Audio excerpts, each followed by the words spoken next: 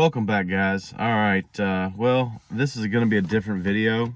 I'm kind of going to go through what you should do, how you should do it if you're going to be serious about Coyote swapping your car. It could be your Fox body, it could be your New Edge, whatever, an SN95, anything like that.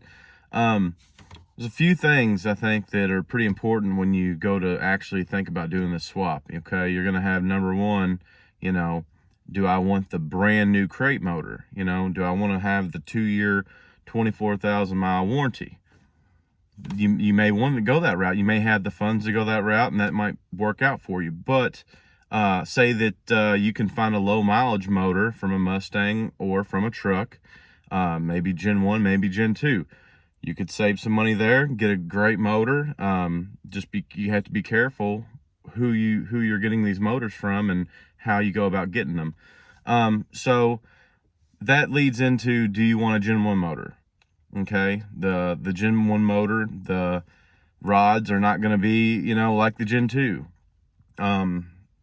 So also, if you're going to do the Gen 1 truck, you're going to lose a 0.5 point compression. Okay, so you're going to have 10.5 to 1. The Gen 1 Mustang, okay, 11 to 14 Mustang, okay, you're going to have the 11 to 1 just like the 15 through 17.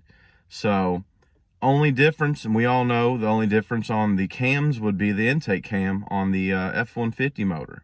Okay, so that's easily changed out and puts you at a Mustang spec, okay, but you're still down half of a point, which could be great if you're going to boost setup at low boost, so that you're not going past the threshold of the horsepower ceiling on the Gen 1 motor.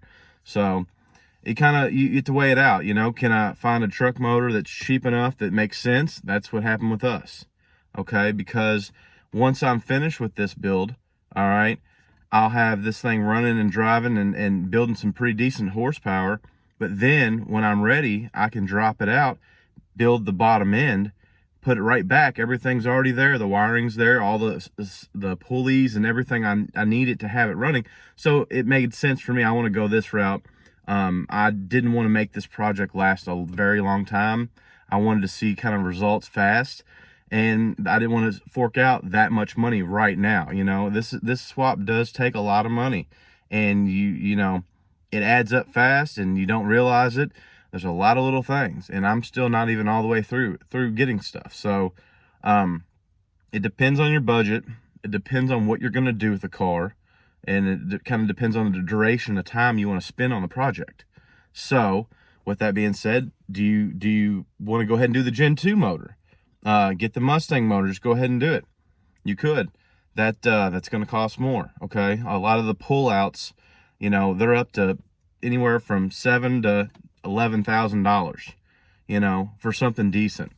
That's going to be with a lot of times with the MT82, and you don't want, you don't want that, so trying to find just a motor, Gen 2 Mustang, you could probably get by with like $6,000, we did the Gen 1 truck motor, and it came with the 6R80 with the hoe harness. Okay, I messed up. I could have saved even more money, but I wanted the starter from the truck thinking that it would work, but I don't think it clears the header, so I'm gonna have to get a 11 through 14 mini starter. So I could have saved even more money if I didn't want to got the starter. I don't know how much I would have saved, but end of the day, it was like 3460, so $3,500. It's got 85,000 miles on it.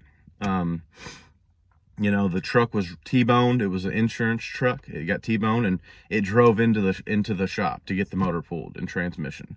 So there's good ways to find these motors for a cheaper price. And I'm gonna run that F-150 torque converter right now. That's really there's no difference in the 6R80 besides the bosses that hold the shifter cable for the Mustang versus the F-150, and PBR solves that. They have the bracket to relocate it using those pan bolts, so that's not an issue. The other thing is the torque converter, and so it's not that big of a deal for me right now. And once my wife starts driving this car and racing it, we'll probably put a torque converter in anyway, so it's not going to be an issue for us. And that might be an issue for you, but it shouldn't. if you want to, while you're there, go ahead and separate them out of a pull out. Whenever you get the engine and transmission, they'll be bolted together.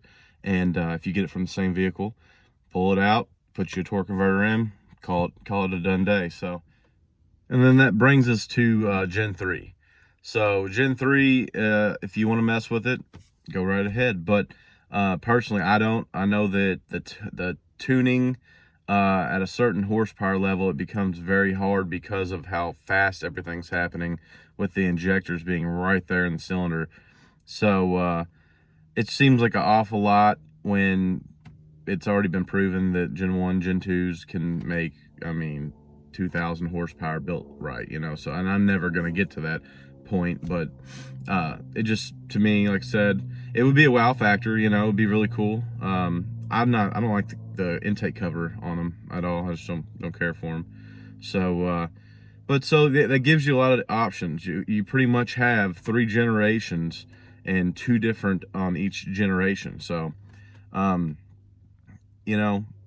it may be cool to be like, yeah, you just got beat by a truck motor. Of course, it'll be almost Mustang spec, but besides the half a point compression. But so, if you're going on a budget, probably Gen 1 truck motor. Just can't go wrong with it, If you got a little bit more money, maybe a Gen 2 Mustang motor, low miles. And if you're going, you got to think you have options when it comes to.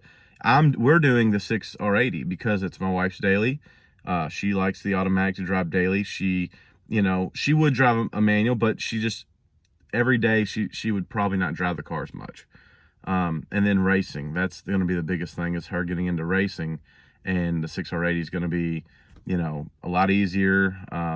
They're fast. Everybody knows they're fast. So, anyways, so that's kind of your options on the motors. eBay, just make sure you've got reviews. You know that the stuff's right. There's warranties. For example, we use a local junkyard that does a lot of insurance stuff, and they give us a 90-day warranty, and they guarantee it runs. They guarantee it's perfect. They actually grade the level of the engine, so it's like A to B to C. This was an A. It was in great, not good shape. I seen an A with good shape, so this was the best shape you could get. You clearly can see that the motor is in really good shape. There's a Ford Motorcraft oil filter on it. That made me feel a lot better. It's like, okay, clearly, either he's taking it to Ford, or he knows that he wants to put a Ford Motorcraft on there, which means he's changing his oil really often. So they told me that if I said, what happens if I start this up and it has a knock? They said, bring it back, we'll get you another one. So what if you don't have another one? Well, then we'll get you your money back. So, he said, first we're going to see if it's something small we can fix, and we'll pay for that to have it fixed. If it's not, if it's internal, he goes, then bring it up here and we're going to find you one, source one out. And then at that point, we can't do that. We'll give you your money back. So I felt good about that, and this is a local place that, I know a buddy that knows the guy. So he knows him really well. So I felt okay with giving that amount of money for that motor and transmission. All right, and that leads you to making sure that you get like the harness and stuff. Make sure that, that's just little things that you're going to buy later. So get it with the harness, complete. And that's just kind of, if you're going to put this in a Mustang, and you're going to run the power steering, and you're going to run the SN95 or the New Edge AC, you don't need those extra things. So that can be things you can take off that saves you a little bit of money. I think that I didn't get the AC from the Coyote, and it might have saved me $200. I don't know, something like that. So anyways, just do your research on it and buy from someone that's really, really reliable. And then also, when you're done with that, you got to think about how you're going to hook it up. How am I going to hook up this wiring? If you have a lot of time and you are decent at electric, doing DC electric, I'm an electrician, so I could, if I wanted to have that long duration build where I'm really taking my time and rewiring this harness and getting a diagram, figuring out what pins are what wires I need to tap into and all that, I could have done that. But I know that Power by the Hour is the best on the market. I know that their computer, and they deal with Lund a lot, and the tuning I'm gonna be doing is Lund. So it's like, okay. And when I got the harness, everything's labeled. Everything. There's only one end that you have to do any kind of soldering to, and they're all labeled as well. It's like no brainer. Like, man, it's literally going to take me probably. The other night I tried to plug everything in just to make sure I knew where everything went. It took me like literally 7 minutes, 5 to 7 minutes. It was all plugged in. I was like, wow. And then I was just holding the lead in my hand that needs to be soldered. I'm like, okay. And there's like 7 wires or something there. I'm like, it's a no-brainer. And I'm just looking at the labels. I knew where everything went. I'm like, okay, I don't need to get this start wire. That when it has 12 volts on it, the run position. Okay, it's like, and it even has the select shift. You got 3 wires. Okay, you got a common, and then you have an upshift and downshift. It's simple stuff. So if you have time and stuff, you want to save a lot of money because it is pricey. It's I think it's like $2,000. So. But it comes with the O2 sensors. It comes with the throttle pedal. It comes with the MAF sensor.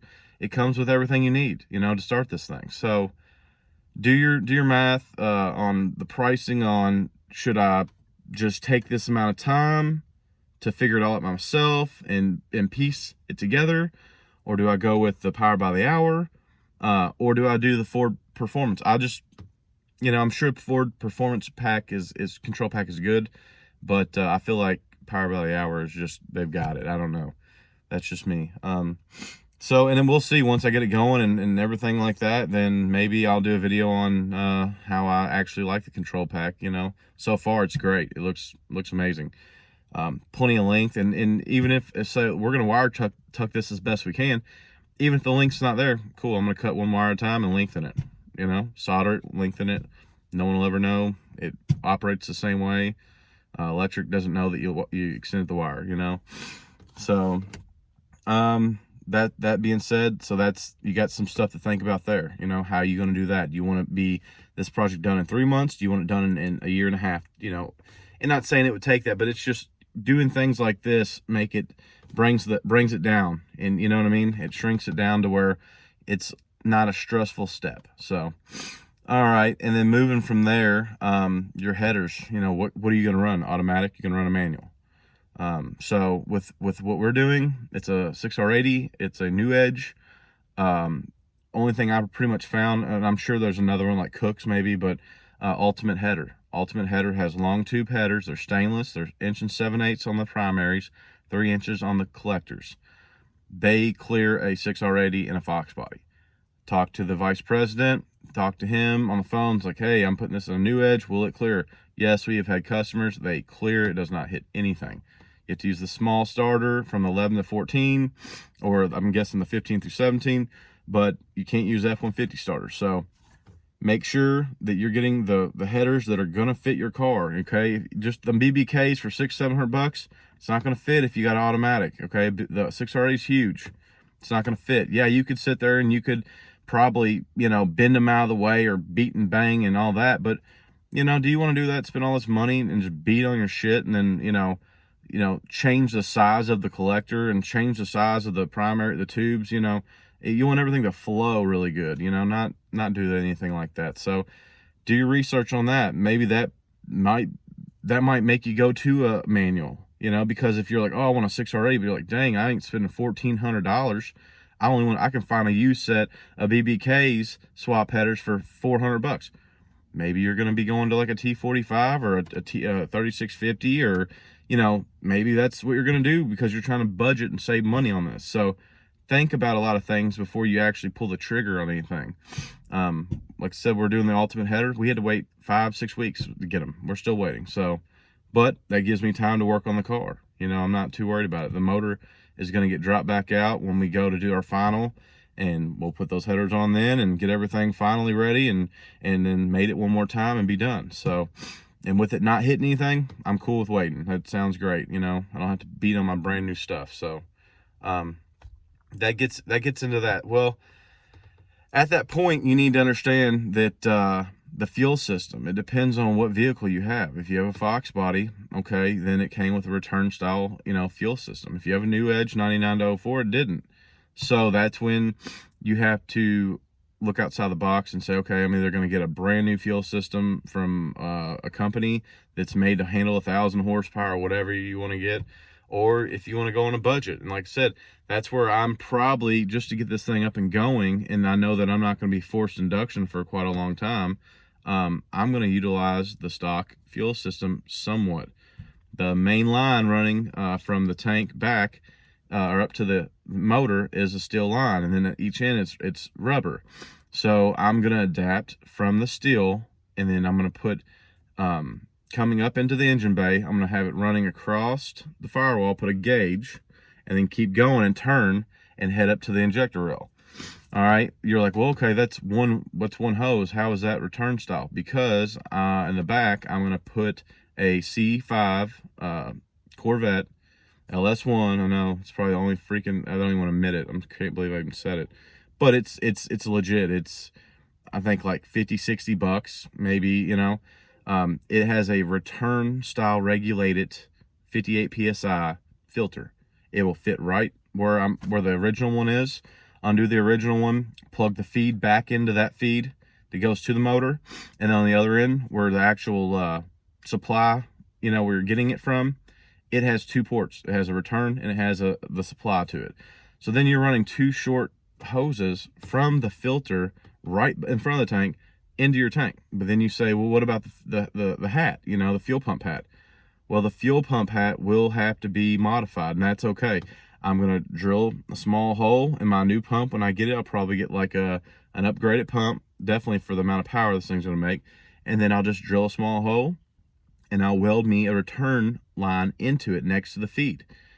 It's going to work. You know what I mean? It has to work. It's no brainer. So that might save me $1,000, you know. I don't know. It's probably going to be definitely worth it for a while, until I realize which way this project's going to go eventually, if it's going to go forced induction, and how much power am I looking for. So at that point, I'll probably run all AN lines and brand new fuel lines and do all that. But right now, this is where I talk about you can save a little bit of money, save a little bit of time if you're not wanting to save up for that. And it's just because everything adds up. So that's the route we're going to go. And you can look it up, research it. And once you look up that, you know, 2001 Corvette fuel filter, you'll understand how it works, you know.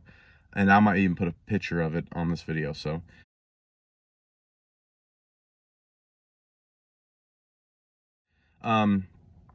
anyways, then that brings you to, you know, your accessories. Power by the hour, you're going to spend a lot of money there. So think about how you're going to do things. If you're going manual steering, you go no AC, then run it, you know. You can pretty much run whatever you want then at that point. But that's where we're at this point. And I know this video's kind of gotten a little long, but I'm going to pick back up, and that ought to get you started. You know, that gets you started on kind of working your brain on which direction you're going to go. So I'll get another video maybe in a couple weeks talking about the tail end of things, you know, during final, you know, completion of what you need to get and what your options are. But as of now, that's kind of where I'm at and what I've been working through. So that's really all I know about at this point. And like I said, I'm not no expert. I'm not an expert in coyotes.